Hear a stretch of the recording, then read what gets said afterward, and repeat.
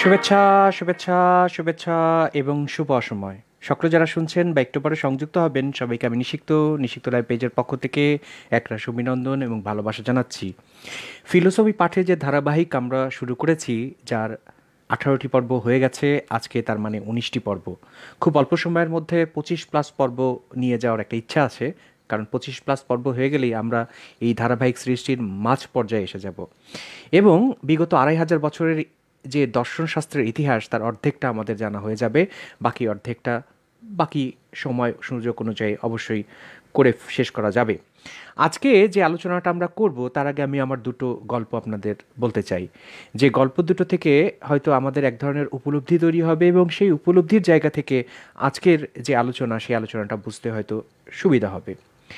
আমি আমার দাদার কাছ থেকে একটি ছাতি পেয়েছিলাম, ছাতা, আমব্রেলা। যখন আমার বয়স খুব কম, স্কুলে পড়ি, তখন আমার দাদা আমাকে একটি ছাতা উপহার দিয়েছিলেন এবং বলেছিলেন যে এই ছাতাটা তিনি পেয়েছিলেন তার দাদার কাছ থেকে।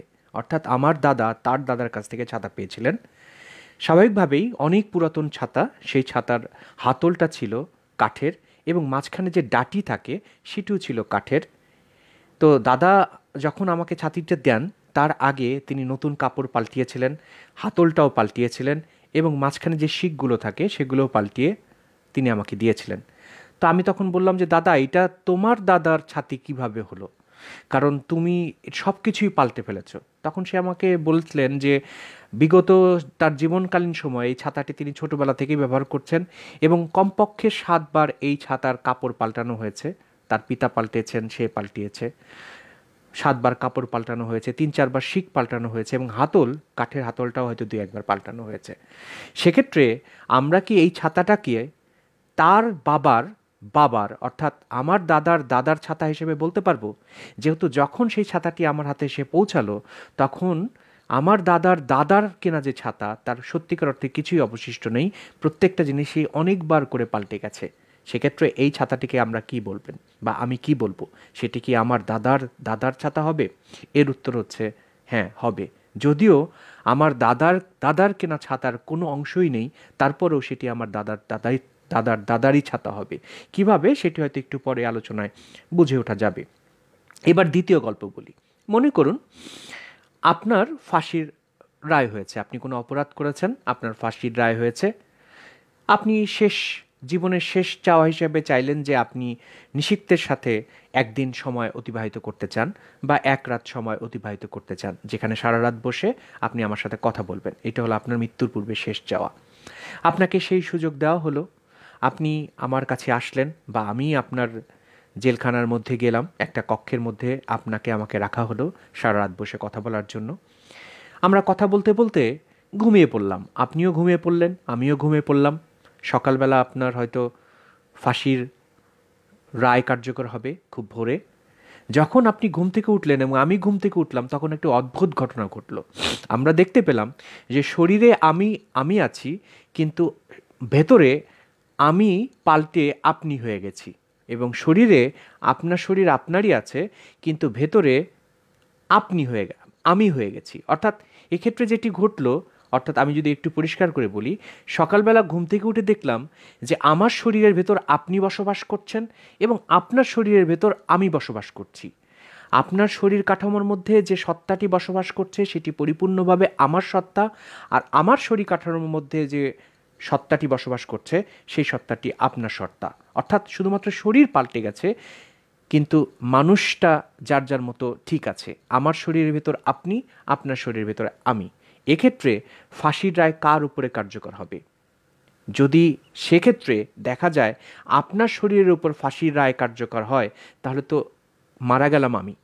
অথবা আমার শরীরের উপরে যদি ফাঁসির রায় কার্যকর হয়, তাহলে মারা গেল তো আমার শরীর। আপনি হয়তো সত্তাগতভাবে মারা গেলেন, কিন্তু আমার শরীরও তার সাথে মারা গেল। অর্থাৎ এই যে একটা ইলুশন, যে মানুষ আসলে শেষ পর্যন্ত কি, মানুষ কি তার শরীরে, নাকি মানুষ তার মননে? মানুষ কি যা চিন্তা করে সেটি তার মানবীয় সত্তা, মানুষ সত্তা, নাকি যা তার শরীর সেটি তার শরীরবৃত্তীয় সত্তা? আমরা ছাতার উদাহরণ টেনেছি, আমরা মানুষের উদাহরণ টেনেছি, যেখানে মানুষ পাল্টে যায়। আপনারা ভারতীয় বাংলা একটি মুভি দেখতে পারেন, হাওয়া বদল, সেখানেও কিছুটা এই ধরনের ব্যাপার ঘটেছে, মানুষ পাল্টে যাওয়া। এবং এই হাওয়া বদল ছবিটি একটি হলিউডের মুভি থেকে কপি করা হয়েছে, সেটি নিয়ে এখন বিস্তারিত আলোচনা করছি না। চলুন, আজকের আলোচনাটা যেহেতু একটু ভিন্নভাবে শুরু করেছি, আমরা মূল আলোচনায় প্রবেশ করি। মূল আলোচনায় গেলেই আমাদের একই প্রসঙ্গ নিয়ে হয়তো আলোচনার দিকে যেতে হবে। চলুন শুরু করি। আপনার শৈশবে আপনি কেমন ছিলেন? যদি আপনার কাছে সেই সময় তোলা কোনো ছবি থাকে, আলোকচিত্র থাকে, ভালো করে সেই ছবিটার দিকে তাকান। আমিও আজকে সারাদিন একটি ছবির দিকে তাকিয়েছিলাম, যেটা আমার একেবারে শিশুকালে তোলা। কি দেখতে পাচ্ছেন আপনি? আসলে কি ছবির মানুষটি আপনি, যে ছবিটিকে আপনি দেখছেন এখন? এখন আপনি তো দেখতে সম্পূর্ণ ভিন্ন, আগের মতো না। আপনি কি মনে করতে পারেন একটা শিশু হিসেবে কেমন অনুভূতি হতো আপনার? আপনার যখন 6 মাস বয়স ছিল, তখন আপনার অনুভূতি কেমন হতো? আপনার যখন 1 বছর বয়স ছিল, তখন আপনার অনুভূতি কেমন হতো? অথবা আপনার 2 বছর বয়সের কোনো অনুভূতি কি আপনার মনে আছে? যদি না থাকে, তাহলে 2 বছরের যে শিশুর ছবি আপনি দেখছেন, বলা হচ্ছে ওটি আপনার ছবি, সেই মানুষটি কি সত্যিকার অর্থে এখনকার আপনি? অধিকাংশ মানুষই তার শিশুকালীন সময়ের কোনো অনুভূতি বা কোনো অনুভব মনে করতে পারে না। আমরা সময়ের সাথে সাথে বদলে যাই। আমরা বড় হই, প্রাপ্তবয়স্ক হই, তারপর আবার বৃদ্ধ হতে শুরু করি। স্মৃতির বিভ্রম হয়, আমাদের চামড়ায় ভাঁজ পড়তে শুরু করে, চুলের রং সাদা হয়ে যায় এবং সেগুলো পড়তে শুরু করে। আমাদের দৃষ্টিভঙ্গিরও পরিবর্তন হয় কাপড়ে, বন্ধুত্বে, আমাদের অগ্রদাদিক আসলে আমার একটু ঠান্ডা লেগেছে, অ্যালার্জির সমস্যা আছে। আমরা যে অগ্রাধিকার ভিত্তিতে কোনো বিষয়বস্তুকে চিহ্নিত করি নিজের জন্য, সেগুলোও কিন্তু পরিবর্তিত হয়। তাহলে কোন অর্থে আপনি সেই শিশুটির মতো আজও সে একই মানুষ হতে পারেন? যেহেতু শিশুকালে যে আপনার অগ্রাধিকারের বিষয়বস্তু ছিল, বর্তমানে সেই অগ্রাধিকারের বিষয়বস্তু পাল্টে গেছে। যখন আপনার বয়স বেড়েছে, তখন কোন অর্থে সেই শিশুকালের মানুষটি আপনি থাকতে পারেন? সময় অতিক্রান্ত হবার পরেও কোন বিষয়টি আমাদের সেই একই মানুষ বানায় যে মানুষটি আমি শিশুকাল ছিলাম? এই বিষয়টি নিয়ে ভেবেছিলেন একজন ইংরেজি দার্শনিক জন লক, এবং জন লককে নিয়েই আজকে আমাদের আলোচনা, এবং তার দর্শনশাস্ত্র নিয়ে আজকে আলোচনা। বহু দার্শনিকের মতো লকও নানান বিষয় নিয়ে ভেবেছিলেন। বন্ধু রবার্ট বয়েল এবং আইজ্যাক নিউটনের বৈজ্ঞানিক আবিষ্কারও তাকে উৎসাহিত করেছিল। তার সময়ের রাজনীতিতে তিনি বিশেষভাবে যুক্ত হয়েছিলেন এবং শিক্ষা ব্যবস্থা নিয়েও তিনি লিখেছিলেন। ইংল্যান্ডের গৃহযুদ্ধের পর রাজা দ্বিতীয় চার্লসকে হত্যা করার অপরাধীদের মধ্যে ষড়যন্ত্রকারীদের একজন হিসাবে থাকার জন্য তাকে অভিযুক্ত করা হয়, এবং যার ফলশ্রুতিতে তিনি নেদারল্যান্ডে পালিয়ে যান। সেখান থেকে তিনি তার দর্শনের সেই সব আলোচনার সূচনা করেন আজ যেগুলোকে আমরা চিহ্নিত করি লিবারেলিজম বা উদারনীতিবাদ। অর্থাৎ উদারনীতিবাদের যে দর্শনশাস্ত্রের আলোচনা, সেই আলোচনার মূল প্রাণপুরুষকে বলা হয় জন লক, বা জন লককে সেই প্রাণপুরুষ হিসেবে বলা হয়। নেদারল্যান্ডে বসেই তিনি ধর্মীয় সহিষ্ণুতার কথা লিখেছিলেন। যুক্তি দেন, নিপীড়ন নির্যাতন করে মানুষের ধর্মবিশ্বাস পরিবর্তন করার প্রচেষ্টার কোনো অর্থ হয় না। জোর করে নিপীড়ন নির্যাতন করে মানুষের ধর্মবিশ্বাস পরিবর্তন করার কোনো অর্থ হয় না। তিনি মনে করতেন আমাদের সবারই ঈশ্বর প্রদত্ত জীবন ধারণের অধিকার আছে। অধিকার আছে স্বাধীনতার, অধিকার আছে সুখী হবার, সম্পত্তির মালিক হবার। আর সংবিধান রচনা করার সময় যুক্তরাষ্ট্রের যে জাতির পিতারা ছিল, তারাও জন লকের এই ধারণাগুলো দ্বারা প্রভাবিত হয়েছিলেন। শৈশবে কেমন দেখতে ছিলেন জন লক, তার কোনো ছবি আমাদের হাতে নেই, কিংবা ড্রয়িংও আমাদের হাতে নেই। কিন্তু নিরাপদে আমরা বলতে পারি, বয়স বাড়ার সাথে সাথে তিনি সম্ভবত বেশ বদলে গিয়েছিলেন তার শিশুকাল থেকে, যেভাবে আমরা আমাদের শিশুকাল থেকে বদলে যাই।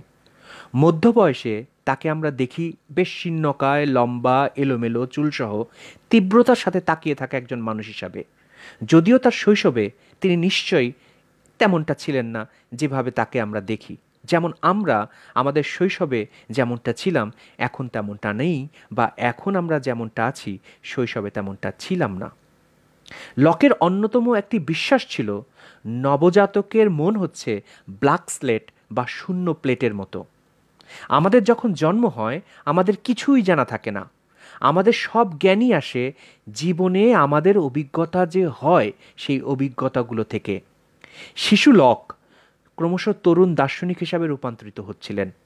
তখনই তিনি তার নানা ধরনের বিশ্বাসগুলো অর্জন করেছিলেন এবং রূপান্তরিত হয়েছিলেন সেই ব্যক্তিকে যখন বা যাকে আমরা এখন জন লক বলে মনে করি। কিন্তু কোন অর্থে তিনি আর সেই শিশুটি আসলে একই ব্যক্তি, বা কোন অর্থে একজন মধ্যবয়স্ক লক এবং তরুণ লক একই ব্যক্তি থাকতে পারেন? কোন অর্থে আপনার 1 বছরের আপনি, আপনার 15 বছরের আপনি এবং আপনার এখনকার 40 বছরের বয়সের আপনি একই থাকতে পারেন? এই ধরনের চিন্তা জন লক করেছিলেন। সাধারণত অতীতের সাথে নিজেদের সম্পর্ক নিয়ে ভাবেন এমন মানুষদের জন্য এই ধরনের কোনো সমস্যার সৃষ্টি হয় না।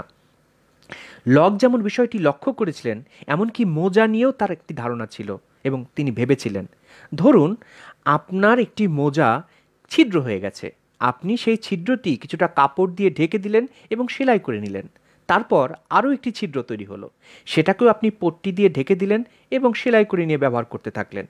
এভাবে চলতে চলতে শেষ অবধি এমন একটি মোজা আপনি পাবেন যে মোজা শুধুমাত্র ছিদ্রগুলোকে ঢাকা পট্টি দিয়ে বানানো, যেখানে এক সময়ের মূল উপাদানের কোনো অংশই থাকবে না। আমি কিন্তু আমার দাদার কাছ থেকে পাওয়া একটি ছাতার গল্প নিয়ে আপনাদের প্রথমে শুরু করেছিলাম।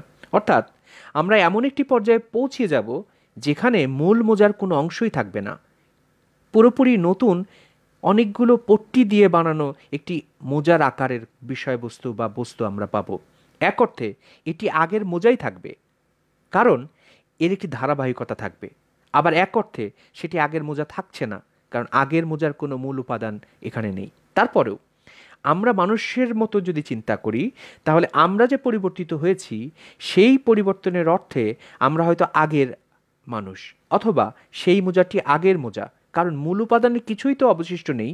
তারপরও একটি ধারাবাহিক প্যাটার্ন অনুযায়ী এই পরিবর্তনটি সংগঠিত হয়েছে। অথবা একটি ওক গাছের কথা ভাবুন। একন বা ওকের বীজ থেকে এটি বেড়ে ওঠে, প্রতি বছরের পাতা ঝরে যায়, এটি আকারে আরও বড় হয়, ডাল ভেঙে পড়ে, কিন্তু তারপরও সেটি কিন্তু সেই প্রথম বীজ থেকে জন্মলাভ করা ওক গাছটিই থাকে, যদিও তার প্রথম জন্মলাভের যে অংশ তার কিছুই আর অবশিষ্ট থাকে না। তাহলে সেই বীজটি কি চারা গাছের মতো একই গাছ, বা সেই প্রাথমিক পর্যায়ে অঙ্কুরায়িত হওয়া দুটো কলি এবং একটি কাণ্ড, সেটি কি সেই এখনকারই ওক গাছ? আপনার 6 বছরের যে জন্ম অবস্থা ছিল সেটি কি এখনকার আপনি? কারণ কিছুই তো তার অবশিষ্ট নেই, না সেই রক্ত আছে, না সেই কোষ আছে, না সেই মস্তিষ্কের কোষগুলো পর্যন্ত পরিবর্তিত হয়, মানুষের শরীরের কোষগুলো পর্যন্ত পরিবর্তিত হয়, শরীরের যত অঙ্গ প্রত্যঙ্গ সবগুলোর কোষই পরিবর্তিত হয়। অর্থাৎ আপনি পুরোপুরি পরিবর্তিত হয়ে গিয়েছেন, তারপরও আপনি দাবি করছেন ওই 6 মাসের শিশুটির ছবি ওটা আপনার ছবি এবং ওইটাই আপনি। এই দাবিটা আমরা করতে পারি কেন? সময়ের সাথে বদলে যাওয়া কোনো মানুষের একই মানুষ থাকা সংক্রান্ত যে প্রশ্নটি জবাব দেওয়ার আছে, এবং সেই বিষয়টি বা সেই উপায়টি হচ্ছে যে আমাদের নজর দেওয়া সেই বিষয়টির প্রতি, কারণ আমরা হচ্ছে একটি জীবিত সত্তা। শৈশবে আপনি যেমন ছিলেন আপনি সেই একই মানুষ। লক মানুষ বোঝাতে মূলত ম্যান শব্দটি ব্যবহার করতেন। ম্যান বলতে ম্যান ওমান উভয়কেই তিনি ব্যবহার করতেন। মূলত হিউম্যান বা মানব প্রাণীকে বোঝাতে তিনি ম্যান শব্দটি ব্যবহার করতেন। তিনি ভেবেছিলেন এমন কিছু বলা সত্ত্বেও জীবনকালে আমরা প্রত্যেকেই একই মানুষ হিসাবে রয়ে যাই, সেই অর্থে জীবিত মানুষদের সারা জীবনব্যাপী ক্রমশ বেড়ে ওঠার একটি ধারাবাহিকতা আছে। কিন্তু লক মনে করতেন একই মানুষ থাকার বিষয়টি খুব ভিন্ন একটি পার্সন বা ব্যক্তি সত্তার চেয়ে কিছুটা ভিন্ন ধরনের। লকের মতে আমি সেই একই মানুষ, মানে ম্যান তার ব্যবহৃত শব্দ হতে পারি, মানে একই মানুষ হতে পারি, কিন্তু আমি আর সেই একই ব্যক্তি থাকি না। আপনি একই মানুষ থাকেন, কিন্তু একই ব্যক্তি সত্তায় আপনি থাকেন না। অর্থাৎ যেহেতু ধারাবাহিকভাবে জীবসত্তার জায়গা থেকে আপনার পরিবর্তিত হচ্ছেন, আপনি মানুষ হিসাবে একই আছেন, সেই 6 মাসের শিশুটিও যে মানুষটি ছিল, আপনি এখন 40, 50, 54 বছরের আমার মতো সেই একই মানুষটি আছেন, কিন্তু আপনার ব্যক্তি সত্তার জায়গা থেকে আপনি এক মানুষ থাকছেন না। যার কারণে লক ব্যক্তি সত্তার ব্যক্তি, পার্সন এবং ম্যান, এই দুটোকে আলাদাভাবে ব্রিফ করতেন। কিভাবে সেটা হতে পারে? সময়ের পরিক্রমায় যা আমাদের একই ব্যক্তি হিসেবে রাখতে পারে, লক দাবি করেন সেটি হচ্ছে আমাদের কনসাসনেস বা সচেতনতা বা সজ্ঞানতা। আমাদের কনসাসনেস যদি এক থাকে, সচেতনতা যদি পরিবর্তিত না হয়ে এক থাকে, সজ্ঞানতা যদি পরিবর্তিত হয়ে না থাকে, একই থাকে, তাহলে আমরা একই মানুষ থাকি। কিন্তু আমাদের যেহেতু সচেতনতার পরিবর্তন হয়, কনসাসনেসের পরিবর্তন হয়, লক্ষ্য বস্তুর পরিবর্তন হয়, সজ্ঞানতার পরিবর্তন হয়, উপলব্ধির পরিবর্তন হয়, আমরা মানুষ হিসাবে মনস্তাত্ত্বিকভাবে পরিবর্তিত হই, আমাদের দৃষ্টিভঙ্গি পরিবর্তিত হয়, যার কারণে আমরা সত্যিকার অর্থে পার্সন হিসাবে বা ব্যক্তি হিসাবে এক থাকি না। শরীরগতভাবে হয়তো ধারাবাহিকভাবে আমরা একই থাকি, কিন্তু মনস্তাত্ত্বিকভাবে আমরা এক থাকি না। বিষয়টি ব্যাখ্যা করার জন্য তিনি একটি গল্প বলেছিলেন, এবং সেই গল্পটাকে একটু কপি পেস্ট করে আমি একটু আগেও বলার চেষ্টা করেছি, যদিও বলতে গিয়ে হয়তো কিছুটা গুলিয়ে ফেলেছিলাম। তিনি বলেছিলেন যে একটি গল্প আপনারা চিন্তা করুন, যে কোনো একজন মুচির স্মৃতি নিয়ে একজন রাজকুমারের ঘুম থেকে জেগে উঠল, অর্থাৎ একজন মুচির স্মৃতি নিয়ে একজন রাজকুমার ঘুম থেকে জেগে উঠল, এবং রাজকুমারের স্মৃতি নিয়ে কোনো একজন মুচি ঘুম থেকে জেগে উঠল, এবং তাদের যে গল্পটা ঘটবে সেই বিষয় নিয়ে আলোচনা তিনি করেছেন। রাজকুমারের যথারীতি ঘুম ভাঙে তার প্রাসাদেই, তার বাইরের সব কিছুই সে রাজকুমারের তার নিজস্ব। ঘুমাতে যাবার আগে যেমন তিনি ছিলেন, কিন্তু তেমনই সব কিছু আছে, কিন্তু তার স্মৃতিটা যেহেতু বদলে গেছে, তিনি ঘুম থেকে ওঠার পরে নিজেকে আর রাজকুমার হিসেবে চিহ্নিত করতে পারছেন না, তিনি নিজেকে একজন মুচি হিসেবে চিহ্নিত করছেন, এবং এই মুচির ব্যক্তি সত্তার যে বা পার্সোনালিটির যে আত্মপরিচয়, সেই আত্মপরিচয়টি কিন্তু আর তিনি পাচ্ছেন না।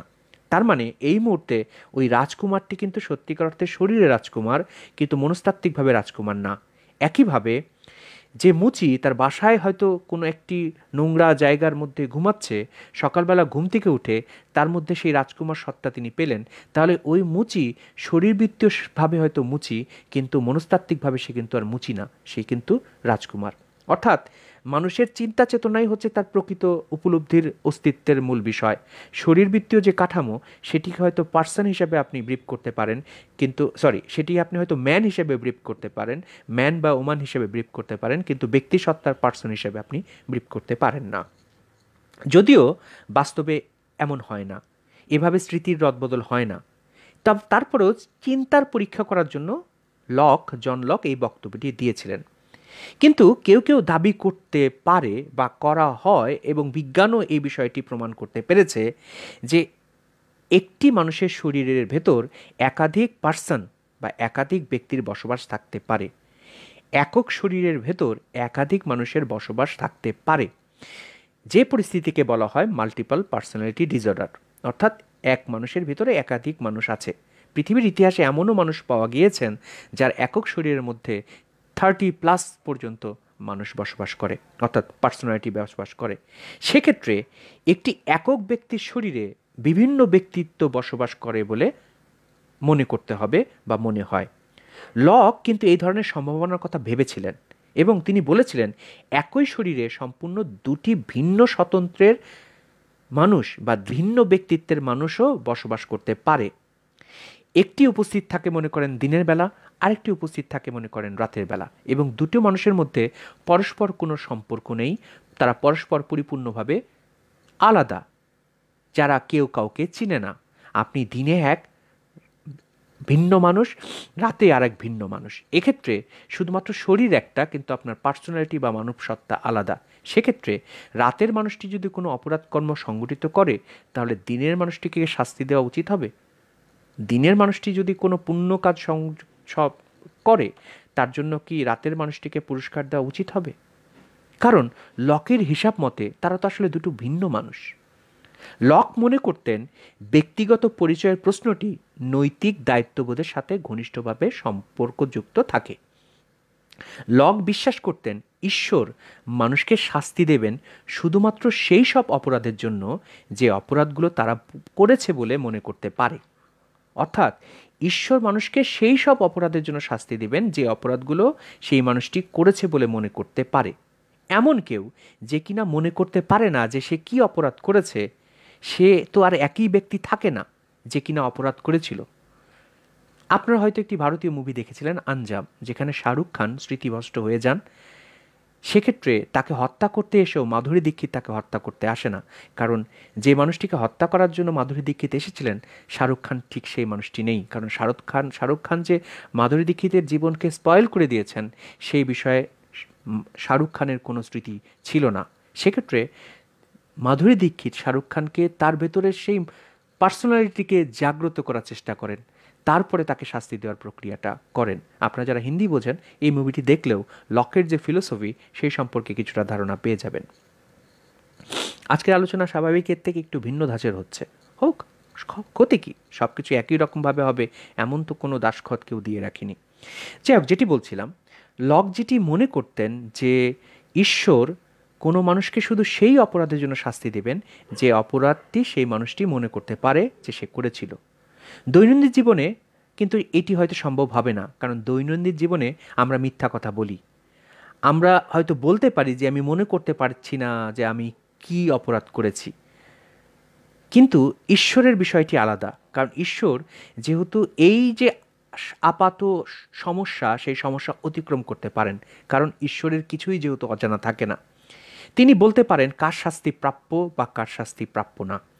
লকের এই দৃষ্টিভঙ্গির পরিণত হতে পারে এরকমই, যেমন বর্তমানে স্মৃতিশক্তিহীন কোনো মানুষ তার তারুণ্যে যদি নাৎসি বন্দি শিবিরের প্রহরী হিসেবে থাকেন এবং যে সময় তিনি নাৎসিদের খুঁজে বের করার একটি দলের সাথে অংশবিশেষ মধ্যে থাকেন, কিন্তু লকের প্রস্তাবনা ছিল এরকম যে সেই মানুষটি এখন বৃদ্ধ হয়ে গেছেন এবং তার কোনো স্মৃতিশক্তি নেই, তিনি পূর্বকার কোনো রকম কোনো স্মৃতি মনে করতে পারছেন না। সেই মানুষটিকে তার সেই যৌবনকালের কোনো অপরাধের জন্য শাস্তি দেওয়াটা কি যুক্তিযুক্ত হতে পারে? কারণ তার শরীরবৃত্তীয়ভাবে সেই শরীর কাঠামো এক, কিন্তু মনস্তাত্ত্বিক তার পার্সোনালিটি তো পরিবর্তন হয়ে গেছে। ঈশ্বর কি তাকে শাস্তি দেবেন সেই সব কাজের জন্য যা কেউ ভুলে গেছে? যদিও সাধারণ আদালতে তাকে কোনো ক্ষমা প্রদর্শন করা হবে না, কারণ সাধারণ আদালত সবসময় সন্দিহান থাকবে যে মানুষটি বলছে যে আমি কিছুই মনে করতে পারছি না, সে সত্যিকার অর্থে সত্যি কথা বলছে কি বলছে না। কিন্তু ঈশ্বরের ক্ষেত্রেও কি ব্যাপারটা এমন ঘটবে? ব্যক্তিগত পরিচয়ের মাধ্যমে বা ব্যক্তিগত পরিচয়ের ব্যাপারে লকের দৃষ্টিভঙ্গির মধ্যে তার বেশ কিছু সমসাময়িকদের উদ্বিগ্ন একটি প্রশ্নের উত্তর ছিল।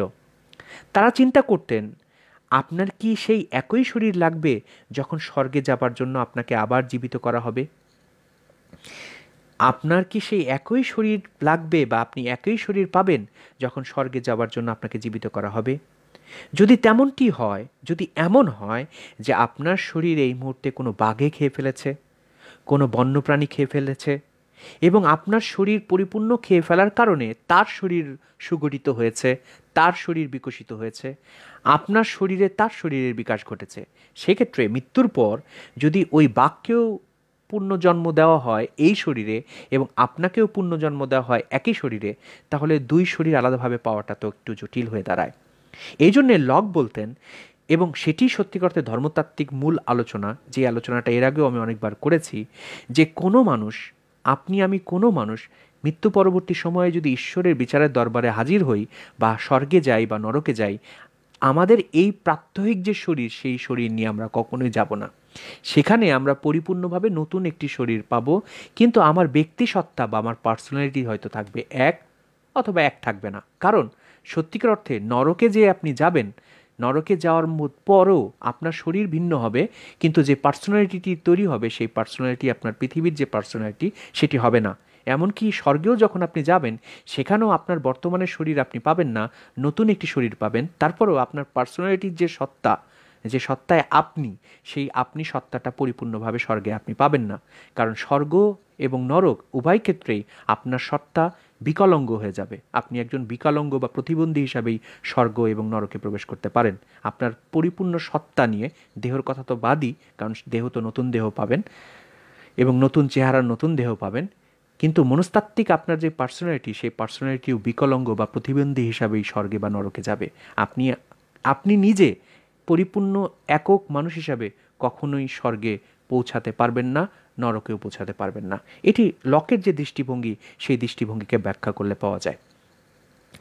তো যেটি বলছিলাম, লকের এই দৃষ্টিভঙ্গি অনুসরণ করার একটি পরিণত হচ্ছে আপনার যে শৈশবের ছবির কথা আমরা বলেছি, সেই শিশুটি আর বর্তমানের আপনি কিন্তু এক ব্যক্তি নন। এক ব্যক্তি নন। কোন শর্তে? কারণ আপনাদের পার্সোনালিটি পরিবর্তন হয়ে গেছে।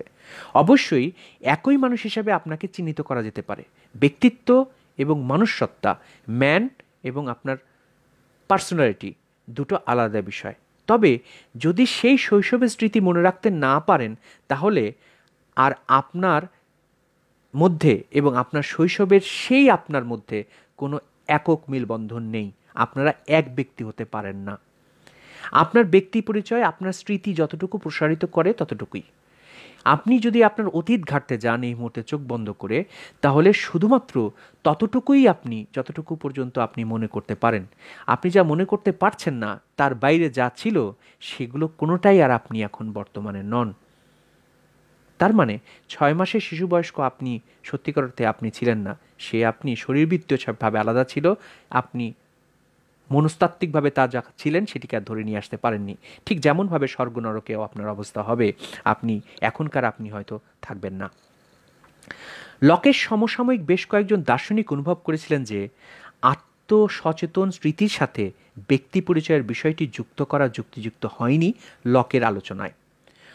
অষ্টাদশ শতাব্দীতে স্কটল্যান্ডের দার্শনিক টমাস রিড একটি উদাহরণ উপস্থাপন করেছিলেন, যা লকের ব্যক্তি পরিচয়ের প্রস্তাবনাটির দুর্বলতা দেখিয়েছিল। একজন বৃদ্ধ সৈন্য যখন সে তরুণ সেনা অফিসার ছিল, সেই সময়ে যুদ্ধক্ষেত্রে তার সাহসিকতাকে সে মনে করতে পারে, এবং যখন সে তরুণ সেনা অফিসার ছিল, সে মনে করতে পারে শৈশবে একবার ফলের বাগান থেকে আপেল চুরি করার অপরাধে তাকে শাস্তি দেওয়া হয়েছিল। নিশ্চয়ই এই ধরনের ওভারল্যাপ বা অতিক্রমণ করা স্মৃতিগুলোর অর্থ হবে সেই বৃদ্ধ সেনাটি আর বালকটি একই ব্যক্তি। থমাস রিডের মতে বিষয়টি স্পষ্ট, বৃদ্ধ সেনা অফিসারটি আর বালকটি এখনও একই ব্যক্তি, কিন্তু লকের তত্ত্ব অনুযায়ী বৃদ্ধ সেনা অফিসার, তরুণ সাহসী অফিসার একই ব্যক্তি, কিন্তু সেই বালকটি নয় যে আপেল চুরি করার অপরাধে শাস্তি পেয়েছিল, কারণ বৃদ্ধ অফিসারটির সেই স্মৃতিটি আর স্মরণে নেই। তারপরও লকের প্রস্তাবনা অনুযায়ী তরুণ সেই সাহসী সেনা অফিসারটি, তার আপেল চুরি করে শাস্তি পাওয়া বালকটি একই ব্যক্তি, কারণ সে আপেল বাগানে আপেল চুরি করার ঘটনা মনে করতে পারে। যদি পুরো বিষয়টি একটি অদ্ভুত ফলাফল দেয়। বৃদ্ধ সেনা অফিসার আর তরুণ সেনা অফিসারটি একই ব্যক্তি, কারণ যেহেতু তাদের স্মৃতির মেলবন্ধন আছে। আবার তরুণ সেনা অফিসারটি আর বালকটি একই ব্যক্তি, যেহেতু তাদের স্মৃতির মেলবন্ধন আছে। এবং একই সাথে বৃদ্ধ সেনা অফিসার আর শিশুটি আবার একই ব্যক্তি না, কারণ ওই শিশুটি এবং বৃদ্ধ এই সেনা অফিসারের মধ্যে কোনো স্মৃতির মেলবন্ধন নেই। এখানে যুক্তির প্রক্রিয়াটা মূলত ভেঙে পড়ে। অনেকটা এরকম যে A equal to B, B equal to C, কিন্তু সি ইকুয়াল টু এ নয়। A equal to B, B equal to C, কিন্তু সি ইকুয়াল টু এ নয়।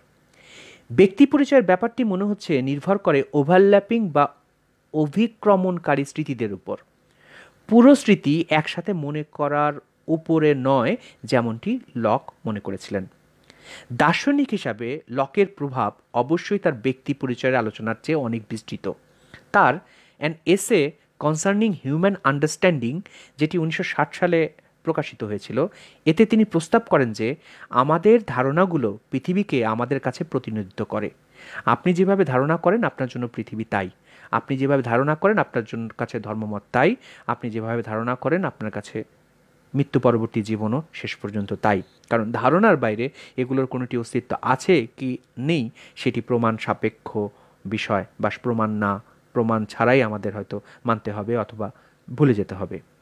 লক আইডিয়া শব্দটি ব্যবহার করেছিলেন যে কোনো কিছু যা কেউ ভাবছে সে বিষয়টি বোঝাতে।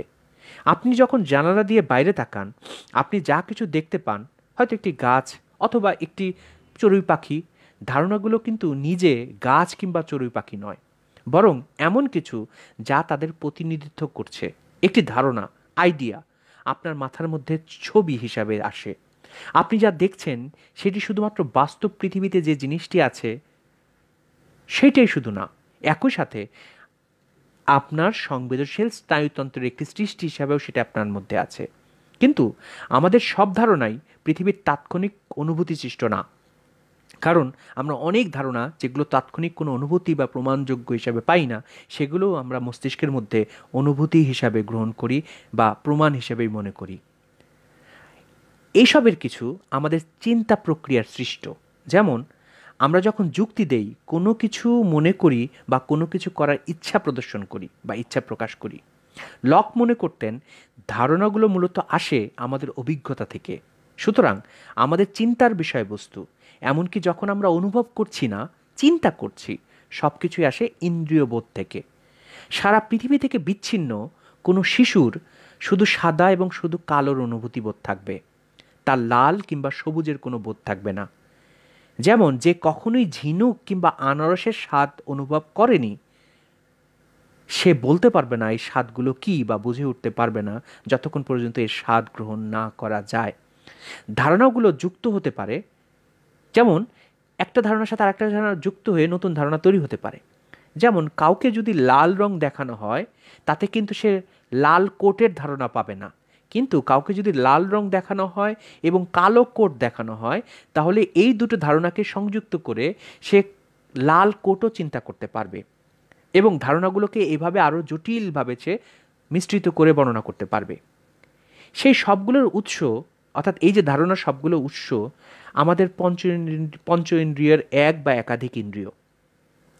লক যে দার্শনিককে বিশেষভাবে অনুপ্রাণিত করেছিলেন, তিনি যে দার্শনিককে অনুপ্রাণিত করেছিলেন, দর্শনশাস্ত্রের একটা ধারাবাহিকতা আছে। একজন দার্শনিক তার পরবর্তী প্রজন্মের দার্শনিকদের অনুপ্রাণিত করেছেন এবং সেভাবেই দর্শনশাস্ত্রের বিকাশটা ঘটেছে। লক যে দার্শনিককে বিশেষভাবে অনুপ্রাণিত করেছিলেন, তিনি হচ্ছে George Berkeley. George Berkeley Berkeley বাস্তবতা সংক্রান্ত তার নিজস্ব সৃজনশীল আরও একটি নতুন প্রস্তাব করেছিলেন এবং সেই প্রস্তাবটি হচ্ছে হাতির প্রস্তাব, হাতি সংক্রান্ত প্রস্তাব। আমরা জর্জ বার্কলি জন লক দ্বারা প্রভাবিত ছিলেন এবং তিনি হাতির প্রস্তাব করেছিলেন, যে প্রস্তাবে ছিল তার নিজস্ব সৃজনশীল একটি ধারণা। সেইটি নিয়ে পরের পর্বে খুব দ্রুতই হয়তো চলে আসব। সবাই ভালো থাকবেন, সবার জন্য একরাশ ভালোবাসা। আজকের আলোচনা একটু জটিল, একটু ক্রিটিক্যাল, কিন্তু খুব গুরুত্বপূর্ণ। যদি সময় নিয়ে একটু শোনেন বুঝে বুঝে, তাহলে হয়তো বুঝতে সুবিধা হবে এবং একটি নতুন উপলব্ধির ক্ষেত্র তৈরি হবে এবং বুঝতে পারবেন যে স্বর্গে আপনি গেলে কিভাবে যাবেন এবং নরকে আপনি গেলে কিভাবে যাবেন, এবং স্বর্গে সত্যিই আপনি যাবেন কিনা বা নরকে সত্যিই আপনি যাবেন কিনা বা সেটি যাওয়া সম্ভব কিনা। সবাই ভালো থাকবেন, সবার জন্য একরাশ ভালোবাসা জানিয়ে শেষ করছি।